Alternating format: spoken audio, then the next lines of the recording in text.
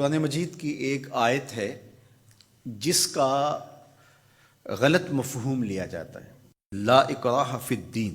تو اس کا جو مفہوم لیا جاتا ہے عمومی طور پہ وہ یہ ہے کہ دین میں کوئی جبر نہیں ہے، اور جبر سے مراد مذہب بیزار طبقہ یہ لیتا ہے کہ کسی قسم کا کوئی قانون اور کوئی ضابطہ جو مذہب عائد کرتا ہے وہ نہیں ہے۔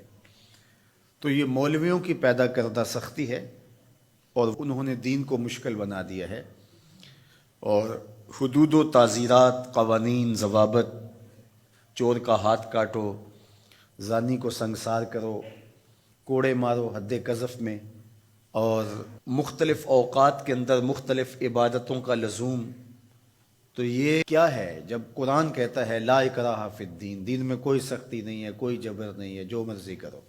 تو یہ اس کا مفہوم نکالا۔ اور ایک طبقہ ایسا ہے کہ جو دین کو اس طرح پیش کرتا ہے اور اس طرح سے دین کو لوگوں کے سامنے رکھتا ہے کہ جس طرح دین پر عمل کرنا کوئی آسان کام نہیں ہے، اور اس کو وہ مشکل اتنا بنا دیتا ہے کہ لوگ گھبرا جاتے ہیں کہ ہم تو پھر دین پہ نہیں چل پائیں گے، چند لوگ ہی دین پہ چل سکتے ہیں، جبکہ یہ دونوں چیزیں افراط و تفریط سے تعلق رکھتی ہیں۔ تو آیت کریمہ کا صحیح مفہوم یہ ہے، لا اکراہ فی الدین کا مطلب یہ ہے کہ دین قبول کروانے میں کسی پر سختی نہیں کی جائے گی کہ تو ضرور مسلمان ہو، یہ اس کا مفہوم ہے۔ اب کوئی دین قبول کر چکا ہے اور پھر احکام شریعہ اس کے اوپر نافذ ہوں گے تو یہ تو ہوں گے، تو اس پر یہ نہیں ہے کہ اب اس پر سختی نہیں کی جائے گی۔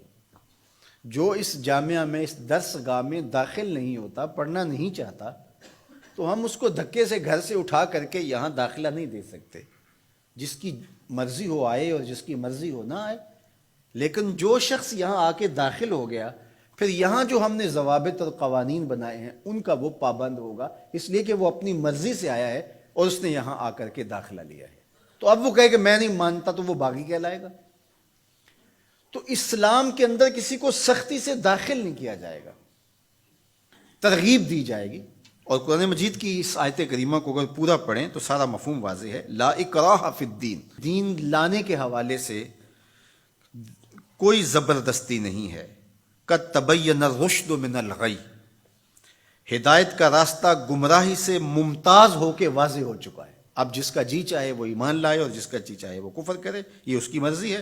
اگر اللہ چاہتا تو کسی کے دل میں کفر پیدا ہی نہ ہوتا، سب مسلمان ہوتے، لیکن اللہ تعالیٰ جل شانہ کی حکمت یہ نہیں ہے۔ انا ہدیناہ السبیل اما شاکرا و اما کفورا، ہم نے حق کے راستے واضح کر دیے، اب جس کی مرضی ہو وہ کفر کے راستے پہ چلے، جس کی مرضی ہو وہ اسلام کے راستے پہ چلے۔ اس کی اس مرضی کی وجہ سے ہی تو جزا و سزا ہے۔ اگر اس کی مرضی سلب کر لی جائے اور وہ ایمان لانے پہ مجبور ہو تو پھر اس کا یہ کمال کون سا ہوا؟ تو کمال تو یہی ہے کہ دونوں راستے ہیں اور دونوں راستے سے دکھائی دے رہے ہیں، اور وہ اپنے اختیار سے خیر کا راستہ اختیار کرتا ہے تو جزا ملے گی، اور اپنے اختیار سے برائی کی راہ پہ چلتا ہے تو اس کو جو ہے وہ سزا ملے گی۔